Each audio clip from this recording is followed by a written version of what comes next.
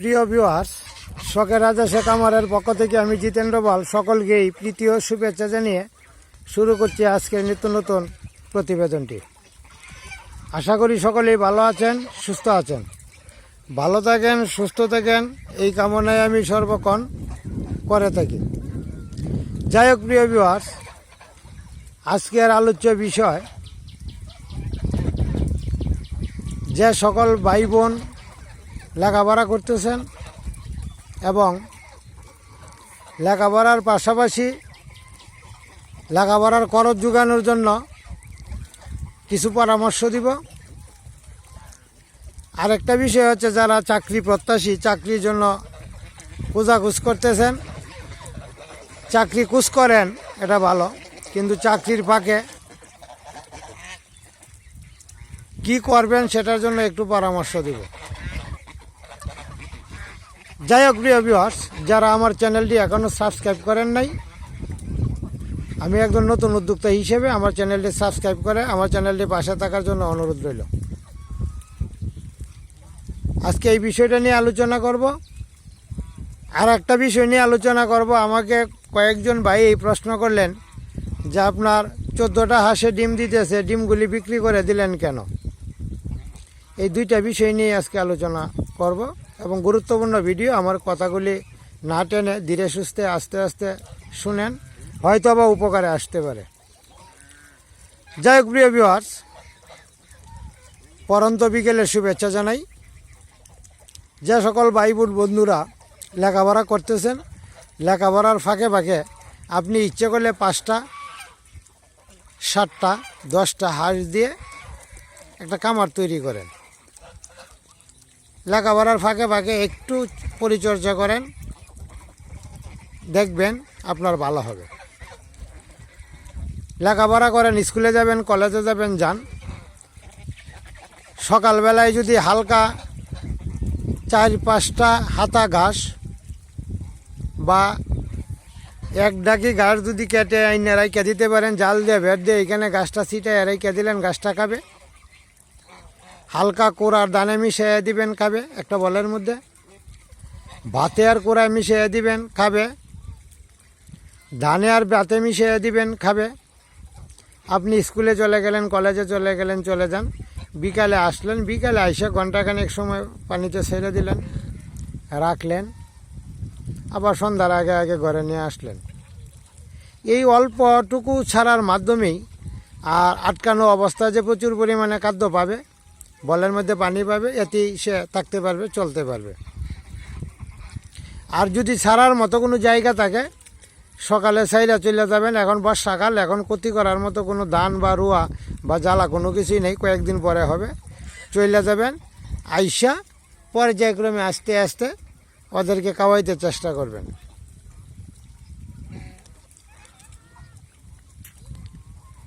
আর যদি ছাড়ার ব্যবস্থা থেকে ছেড়ে দিলেন, স্কুল থেকে আইসা আবার ঘরে তুলে নিলেন।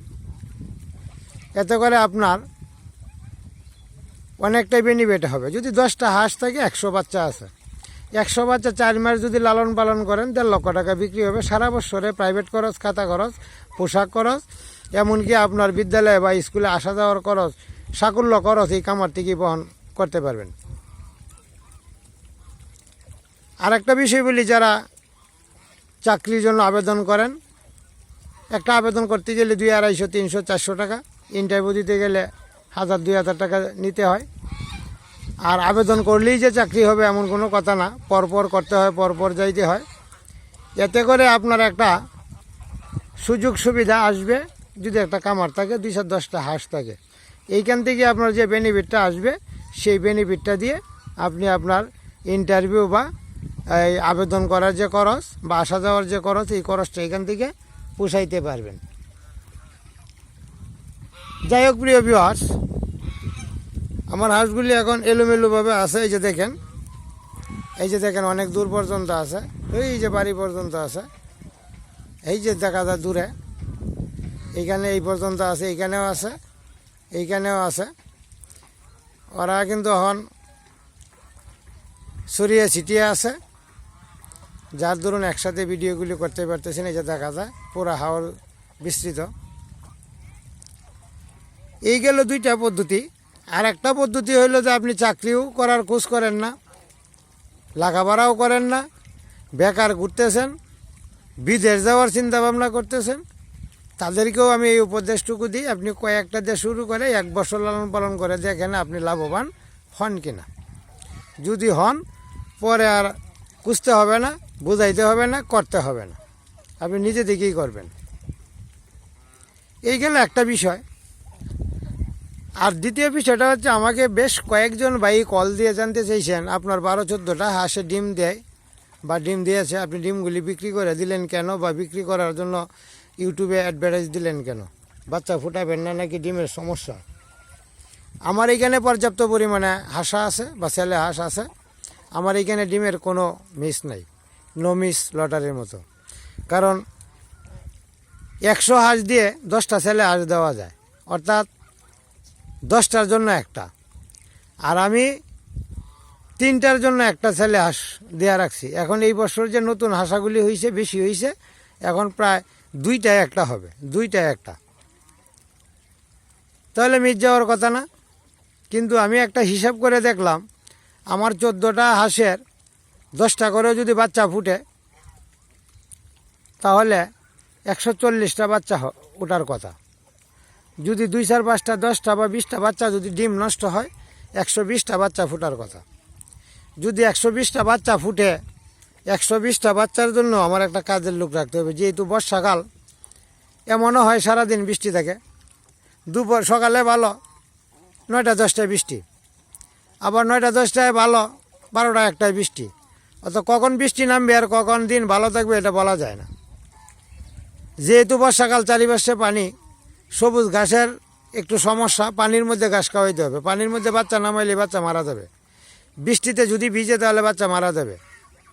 তাহলে 100 বাচ্চার জন্য বা 120টা বাচ্চার জন্য আমার একটা কাজের লোক যদি রাখি, কাজের লোকের বেতন 12,000, খাবে আরও 2,000, 14,000, 1,000 টাকা পকেট খরচ, তার মানে 15,000 টাকা এক্সট্রা খরচ আছে। 15,000 টাকা মাস খরচ করে 120টা বাচ্চা লালন পালন করে পুষবে না। যাই হোক প্রিয় ভিউয়ার্স, যেহেতু পুষবে না, না পুষার জন্যেই আমি চিন্তা করে দেখলাম, খরচ হবে আমার ঠিকই, কিন্তু আমি লাভবান হব কম। যে লাভটা হবে সেটা কাজের লোকে নিয়ে যাবে, তাহলে কাজের লোকে নিবে, আমি কামার করে বাচ্চা ফুটাই তো কোনো লাভ নাই। সুতরাং এই চিন্তা ভাবনা করেই ডিমগুলি কী করলাম, বিক্রি করে দিলাম। ডিমগুলি বিক্রি করে দেওয়াতে দেখা যায় আমি যত টাকাই পাই, সেই টাকাটা কিন্তু আমার আসলে কামারের জন্য আয় একটা। এখন আবার আরও 3টা হাঁসে ডিম পারতেছে, এখন বসাবো কিনা এটা চিন্তা ভাবনা করতেছি। এমনও হইতে পারে 4-5টা হাঁস বসাইতেও পারি, এইগুলিকে একটু নিরাপদ স্থানে রাখার জন্য। অর্থাৎ চিন্তা ভাবনা করছি, এখন ডিম বিক্রির অ্যাডভার্টাইজ দেওয়াতে অনেকেই বলে যে বাচ্চা হইলে বাচ্চা নিয়ে যাবে। এতে করে দেখা গেছে আমার 80 থেকে 90টা বা 100 বাচ্চার আমি সেল দিতে পারবো। 100 বাচ্চা যেহেতু আমি সেল দিতে পারবো, তাহলে 100 বাচ্চা আমি ফুটাইতে পারবো। এখন যেহেতু আমার অর্ডার আছে, 4টা হাঁসে ডিম দিতেছে, ডিম দেওয়ার পরে বাচ্চা হওয়ার সাথে সাথেই আমি বিক্রি করে দিব। এখন দেখি এই 4টা হাঁস যেহেতু ফুটাইতেছে, এইগুলিকে বসানো যায় কিনা। যদি বসানো যায় তাহলে ভালো। যাই হোক প্রিয় ভিউয়ার্স, বেকারত্ব থেকে মুক্তি পাওয়ার জন্য যে কথাগুলি, সেইগুলি আমি শেয়ার করলাম। আর আমি ডিমগুলি কেন বিক্রি করে দিলাম, এই বিষয়গুলো আমি শেয়ার করলাম আপনাদের সাথে। যাই হোক প্রিয় ভিউয়ার্স, আমি একজন নতুন উদ্যোক্তা হিসেবে একটা সাবস্ক্রাইব আমার চ্যানেলটিতে অবশ্যই করবেন নিত্য নতুন ভিডিও পাওয়ার জন্য। আবারও কথা হবে পরবর্তী ভিডিওতে। পরন্ত বিকেলের শুভেচ্ছা জানিয়ে আজকে ভিডিওটি এখানেই শেষ করছি। ধন্যবাদ, ভালো থাকবেন, সুস্থ থাকবেন।